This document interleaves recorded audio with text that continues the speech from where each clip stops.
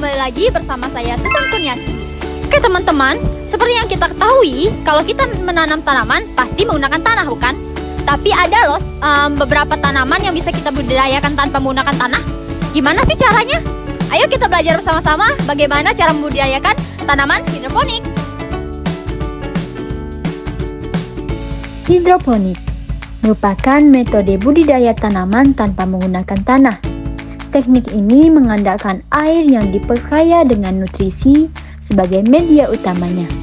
Di tengah keterbatasan lahan dan kebutuhan pangan yang terus meningkat, hidroponik menjadi solusi pertanian yang efisien dan berkelanjutan. Ini adalah salah satu sistem hidroponik yang umum digunakan, yaitu sistem NFT atau Nutrient Film Technique. Air bernutrisi dialirkan secara terus-menerus melalui pipa, memberikan suplai oksigen, air, dan nutrisi langsung ke akar tanaman.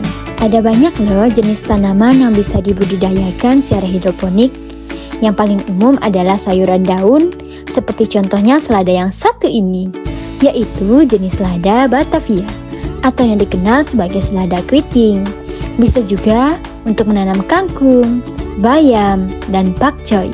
Tanaman-tanaman ini tumbuh lebih cepat dan bersih karena tidak bersentuhan langsung dengan tanah.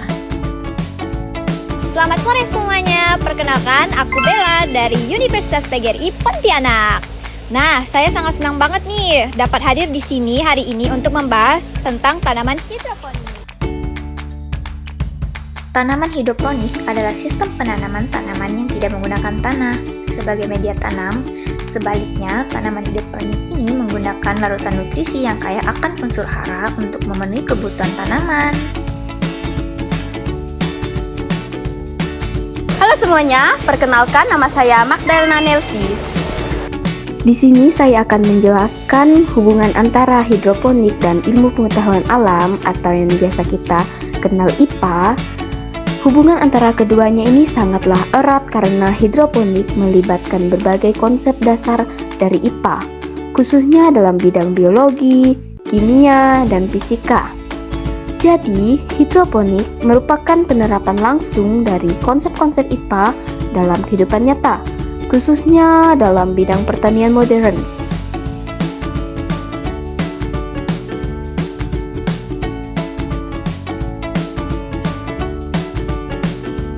Oke semuanya, kembali lagi bersama Susan. Jadi hari ini Susan akan mewawancarai salah seorang pengusaha hidroponik yang ada di Pontianak. Oke, dengan Bapak siapa Pak? Oke, perkenalkan nama saya Rizky. Panggilannya Rizky aja nggak apa-apa. Jadi Bapak Rizky dari sejak kapan sih mengembangkan usaha ini? Oke, pengembangan usaha hidroponik untuk di lokasi ini di Jalan 28 Oktober Siantan Hulu, Pontianak Utara, itu baru berjalan di tahun mulainya 2023 di sini ya. Nah, untuk memulai dari awal itu di tahun 2020 di Jalan Pada Jusin 2 di Paris 2. Nah, itu ada 2 kebun dengan ini ya. Nah, di Paris 2 itu hanya kebun produksi. Nah, yang di sini kami kembangkan untuk selain menanam sayuran ini untuk dijual sayurannya, dan juga dikembangkan untuk tempat ya, sebagai tempat terutama untuk eduwisata ya. Ini salah satunya mahasiswa dari UPGRI ya. Jadi datang ke sini ya termasuk untuk eduwisata juga terkait hidroponik ya. Untuk kami belajar juga seperti ya Pak. Oke. Kalau dari jenis tanamannya sebenarnya tanaman apa aja sih Pak yang bisa ditanam dari hidroponik ini? Oke, kalau jenis tanaman itu sebenarnya banyak yang bisa ditanam di hidroponik ya. Selain sayuran juga buah-buahan juga bisa ya. Nah, sayuran itu terutama varietas selada. Kalau kami selada keriting ya, Batavia jenisnya. Kalau selada kan banyak jenis, cuman di pasaran di Kota Pontianak masih baru mengenal selada jenis ini Batavia, jenis selada keriting. Nah, selain itu juga nanam seperti pakcoy, sawi. Nah, kalau buah-buahan itu pohon cabai juga bisa ditanam. Kemarin saya mengembangkan melon, salah satunya juga. Nah, juga bisa dikembangkan. Nah, namun memang peminat pasaran atau pasaran yang kami miliki itu masih di sayuran. Oh iya, oke Pak. Oke. Selanjutnya berapa lama sih Pak waktu yang dibutuhkan dari menanam hingga panen untuk bisa menghasilkan tanaman-tanaman yang sudah sampai seperti ini Pak? Oke, kalau untuk umur ya khususnya di sada dari biji atau dari benih itu kisaran waktu mulai dari panen 0 hari sampai dengan 45 hari. Nah, maksimal dia sampai dengan 60 hari. Itu bisa dibobot 200 gram per pohon. Nah, biasanya kami panen di umur mulai dari 45 hari sampai dengan umur 50 hari sudah kami panen dengan bobot kurang lebih 1 on atau 100 gram. Selanjutnya Pak, saya mau nanya nih Pak, sebenarnya ada kendala apa aja sebenarnya kalau dalam mengembangkan, membudidayakan ya hidroponik ini sebenarnya? Oke, kalau kendala yang kita hadapi itu sebenarnya ya cukup banyak ya, cukup banyak. Dimulai pertama akses untuk modal ya, modal usaha. Nah, selain itu juga akses untuk bibit. Jadi bibit ini dulu masih relatif terjangkau harganya atau cukup murah. Nah, pupuk ya.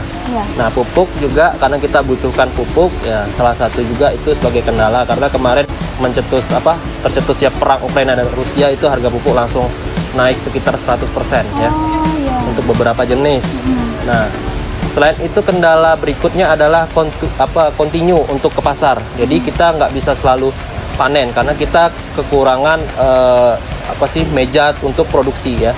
Makanya di sini juga saya mempelopori untuk mengembangkan masyarakat yang ada di Jalan 28 Oktober khususnya di Gang Anyar ini untuk giat menanam hidroponik. Nah, di sini ada beberapa kebun dengan beberapa pengelolaan kebun dari dengan orang yang masing-masing ya. Artinya memanfaatkan lahan kosong yang ada di sekitar rumah. Jadi di sini itu ada 8 sampai dengan 9 orang ya. Jadi kebun yang terbagi di sini ada 1, 2, ada sekitar 9 sampai 10 kebun. Lokasi berdekatan semua di sini. Nah, dan juga di sini kami sudah membentuk komunitas Anyar Hidroponik. Nah, salah satunya itu. Nah, karena ada penambahan meja tanam dan lubang tanam untuk produksi, maka itu juga sebagai salah satu langkah mengatasi kendala tadi untuk continue supaya sayur itu terus bisa ada di pasar, khususnya pasokan dari kami di sini. Nah, kurang lebih kalau yang ada di sini sekitar 11 ribuan lubang tanam.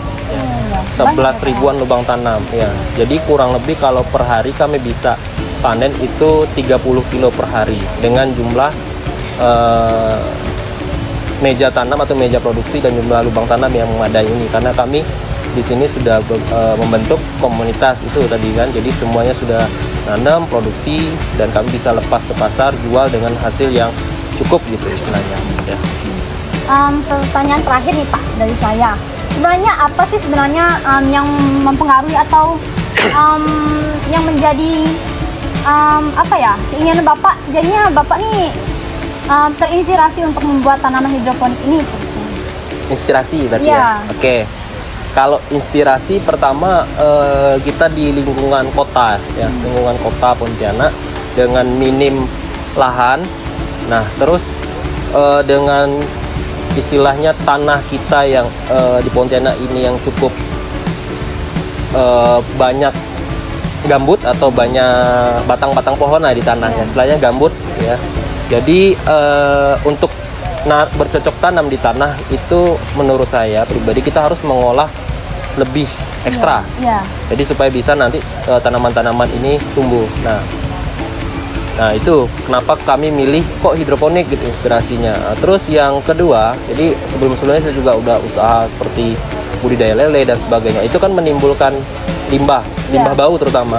Nah, salah satu yang kita hadirkan di lingkungan masyarakat yang cukup berdekatan ini yang ramah lingkungan ya hidroponik, makanya kami milih hidroponik. Selain itu juga harga sayuran hidroponik ini cukup tinggi dibandingkan sayuran konvensional.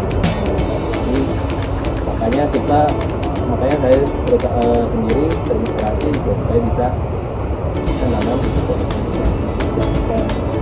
Sekian wawancara hari ini, dan untuk Pak Rizky sendiri sebenarnya ada kata-kata nggak sih atau motivasi untuk teman-teman yang sedang menonton sekalian agar kita lebih membudayakan tanaman hidroponik agar tidak terlalu mencemarkan lingkungan dan sebagainya sih?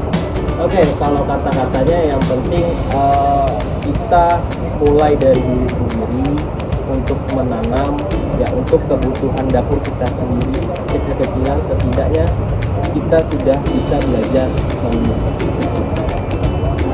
Oke,